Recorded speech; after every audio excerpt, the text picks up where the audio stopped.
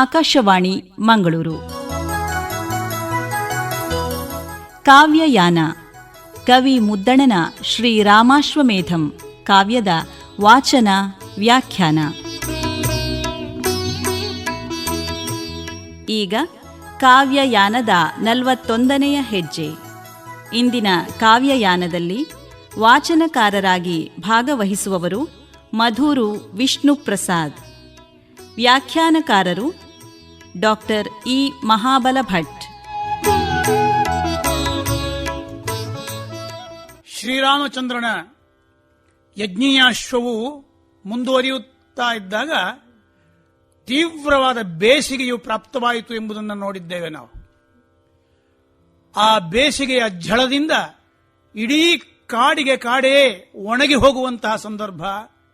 ಆದರೆ ಅಲ್ಲೊಂದು ಕೊಳ, ಅತ್ಯಂತ ಚಲುವಾದ ಕೊಳ, ತಂಪಾಗಿ ಎಲ್ಲೆಡೆಯಲ್ಲಿಯೂ ಕೂಡ ಪ್ರಶಾಂತತೆಯನ್ನು ಹರಡ್ತಾ ಇರುವಂತಹ ಪ್ರಕೃತಿಯ ಸೊಬಗಿನಿಂದ ಅತ್ಯಂತ ಮೇಲ್ಮಟ್ಟದ್ದಾಗಿ ಕಾಣುವಂತಹ ಒಂದು ಕೊಳವನ್ನು ಕಾಣ್ತಾರೆ. ಆ ಕೊಳವನ್ನ ಬಹಳ ಸುಂದರವಾಗಿ ಮಹಾಕವಿಯ ಮಾತಿನಲ್ಲಿ ನಾವು ಕೇಳಬೇಕು. ಇಂತು ಮುಂಗಾರ್ಯನ್ನದೇ ಸುಗ್ಗಿ ಎನ್ನದೇ ಬೇಸಗೆ ಎನ್ನದೇ ಆಸಡಿ ಎನ್ನದೆ ಇಂಬೊಸರಿಂ ತುಂಬಿ ಪೊನಲ್ವರಿವ ಒಕ್ಕರಣೆಯಂ ಬಳಿಗುಂಡು ಒಂದು ಬನಂ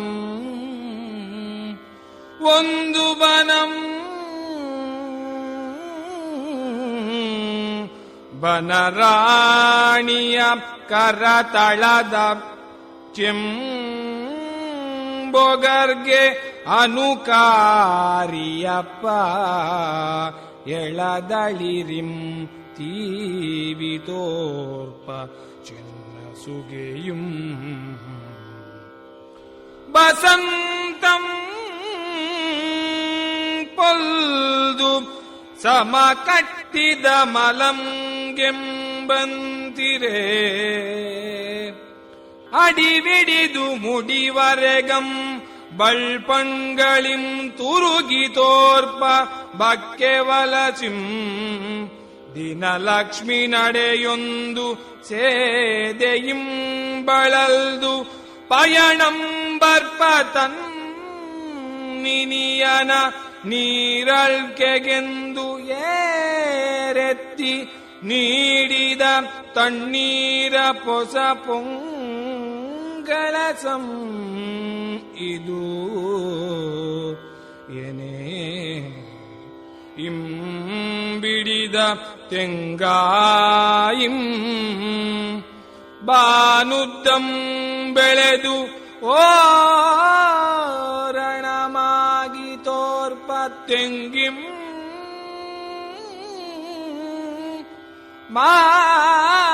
ಮಾರವೀರನ ಕಟ್ಟೋಲಗದ ವಂದಿಗಳ ಮಾಗಧರ ಗಾಯಕರ ಮಾಗಧರ ಗಾಯಕರ ಪಸುರ್ವಟ್ಟೆಯ ಗೂಡಾರದ ಬೀಡಾರಂಯನೆ.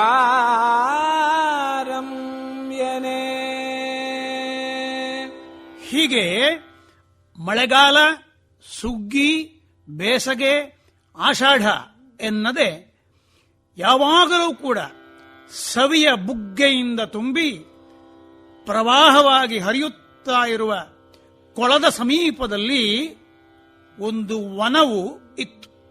ಅದು ಹೇಗಿತ್ತಪ್ಪ?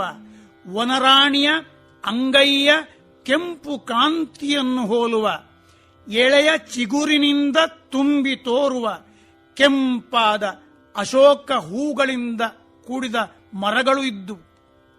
ವಸಂತನು ಹೊಲಿಗೆ ಹಾಕಿ ವ್ಯವಸ್ಥಿತವಾಗಿ ಇರಿಸಿದಂತಹ ತಲೆದಿಂಬೋ ಎಂಬಂತೆ ಬುಡದಿಂದ ತುದಿಯವರೆಗೆ ದೊಡ್ಡ ಹಣ್ಣುಗಳಿಂದ ತುಂಬಿ ತೋರುವ ಬಕ್ಕೆ ಹಲಸಿನ ಮರಗಳಿಂದ ದಿನ ಎಂಬ ಲಕ್ಷ್ಮಿಯು ನಡೆದ ಆಯಾಸದಿಂದ ಬಳಲಿ ಬರುವಂತಹ ತನ್ನ ಪ್ರಿಯನ ಬಾಯಾರಿಕೆಗೆ ಎಂದು ಎತ್ತರಕ್ಕೆ ಎತ್ತಿ ನೀಡಿದ ತಣ್ಣೀರ ಹೊಸ ಚಿನ್ನದ ಕೊಡದಂತೆ ಒತ್ತೊತ್ತಾಗಿ ಸೇರಿದ ತೆಂಗಿನಕಾಯಿಯಿಂದ ಬಾನುದ್ದ ಬೆಳೆದು ವ್ಯವಸ್ಥಿತವಾಗಿ ಸಾಲಾಗಿ ತೋರುವ ತೆಂಗಿನಿಂದ ಮಾರವೀರನ ಸುಂದರವಾದ ಸಭೆಯ ವಂದಿಗಳ ಮಾಗಧರ ಗಾಯಕರ ಹಸುರು ಬಟ್ಟೆಯ ಡೇರೆಯ ಬಿಡಾರವೋ ಎಂಬಂತೆ ಮನ್ಮಥನ ಆ ರಾಜ್ಯ ಎಲ್ಲೆಡೆಯಲ್ಲಿಯೂ ಪಸರಿಸಿದೆಯೋ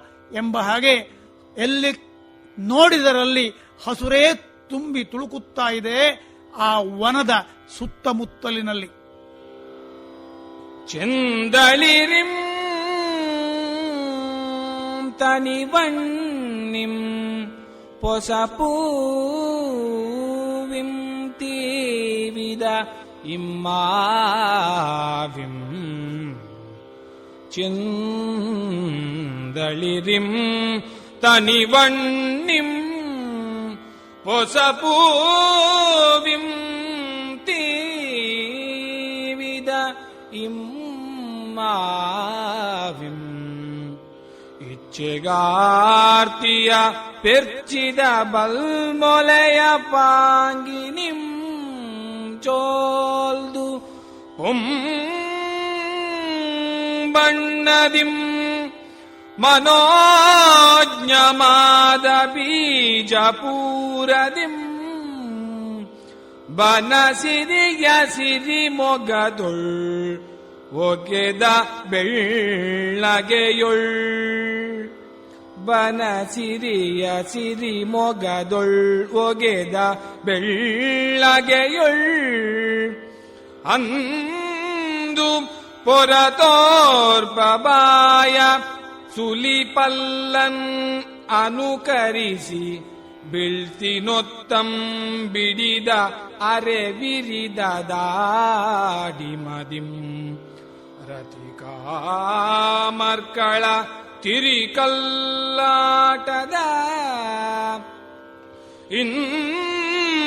ಇಂದ್ರಾಶ್ಮಗಂತು ಗಂಬೋಲ್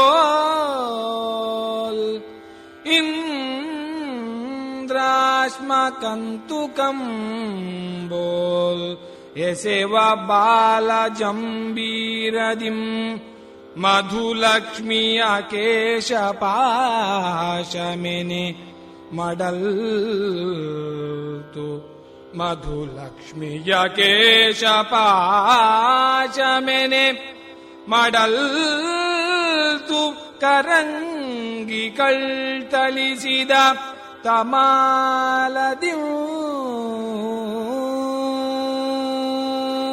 ಎಲ್ಲಿ ನೋಡಿದರಲ್ಲಿ ಕೆಂಪಿನ ಚಿಗುರೇ ಚಿಗುರು.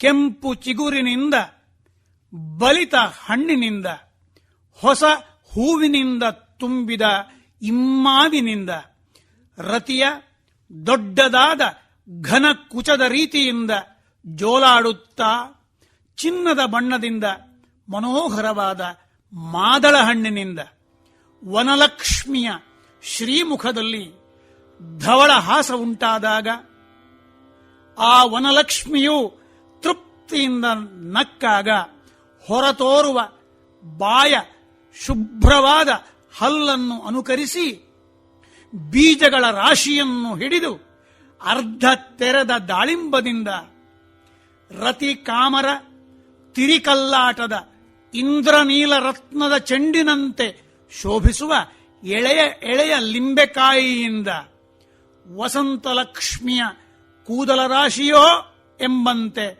ಹಬ್ಬಿ ಕತ್ತಲಿನಂತೆ ಭಾಸವಾಗುವ ಹೊಂಗೆಯ ಮರದಿಂದ ಆ ಸರೋವರದ ಪರಿಸರ ಶೋಭಾಯಮಾನವಾಗಿತ್ತು.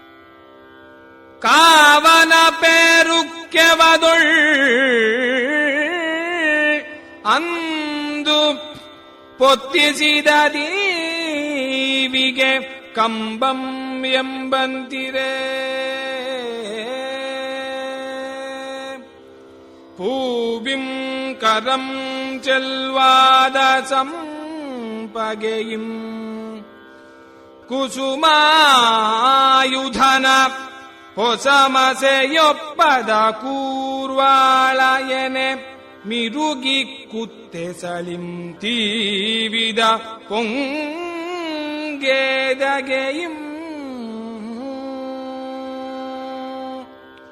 മുഗൾദ പാരിജാതദിം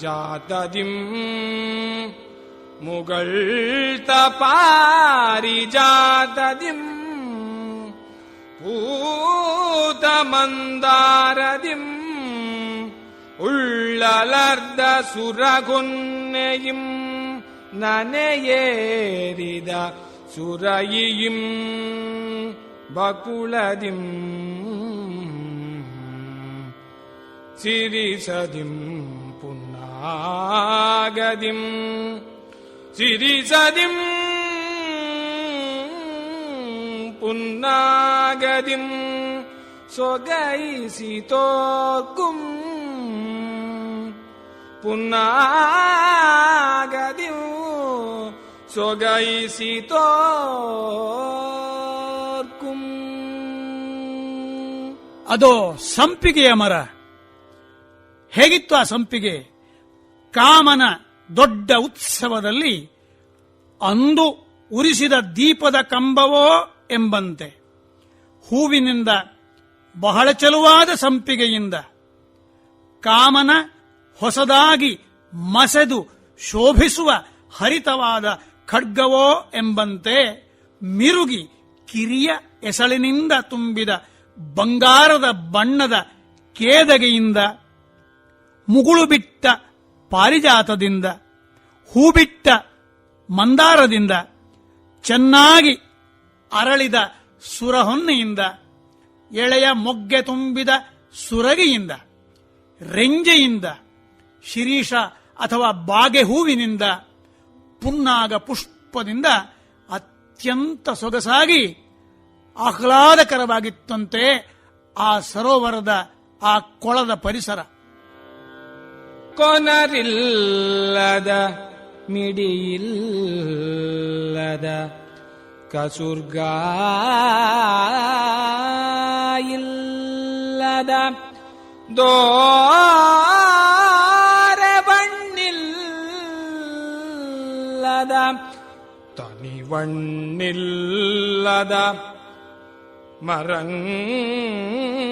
ಮರಂಗಳಿಲ್ಲ ಆ ಬನದೊಳು ಮುಗ್ಗದ ಮುಗಿಯದ ಬಾಡದ ನುರುಕದ ಸುರುಂಟದ ಪೂವೆ ಬನದೊಳು ಅಳುಂಬಂ ಮತ್ತಂ ಮೃದ್ವಂಗಿ ಎಂತಂತು ನುಣ್ಪುವಡೆದುಂ ಗಾಡಿಯುಂ ನಡೆವ ಕೃಶೋದರಿಯಂತು ಅಂತು ಬಳ್ಕಿಯುಂ ನಚ್ಚಣೆಯಂತು ಅಂತು ಪೊಳ್ತು ಪೊಳ್ತಿಂಗೆ ತಲೆಯನ್ ಒಲೆದುಂ ಸೂಳ್ಗೆ ಒಂದ ಕಾದಲೆಯಂತು ಅಂತು ನೆರೆಯ ತೆಳ್ಮರನಂ ತಳ್ತಮರ್ದಪ್ಪಿಯುಂ ಪೂವಳ್ಳಿ ಮಡಲ್ತು ಎಸೆಗುಂ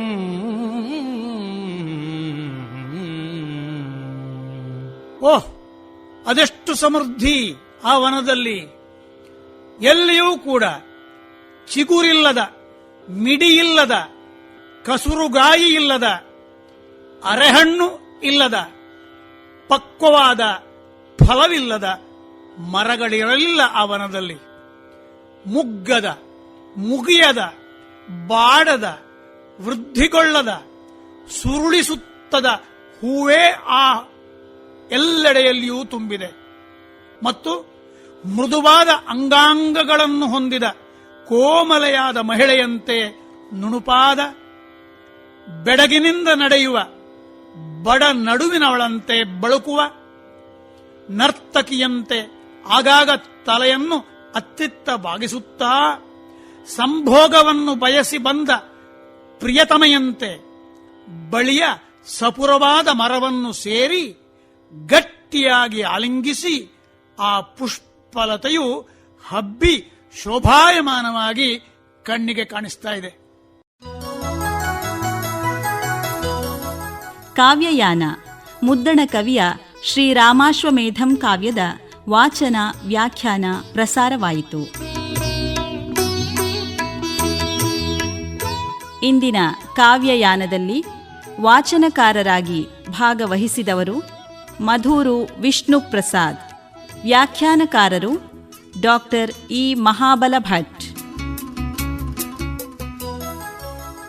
ಪರಿಕಲ್ಪನೆ ಡಾಕ್ಟರ್ ವಸಂತಕುಮಾರ್ ಪೆರ್ಲಾ. ಪ್ರಸಾರ ಸಂಯೋಜನೆ ಡಾಕ್ಟರ್ ಬಿಎಂ ಶರಭೇಂದ್ರ ಸ್ವಾಮಿ.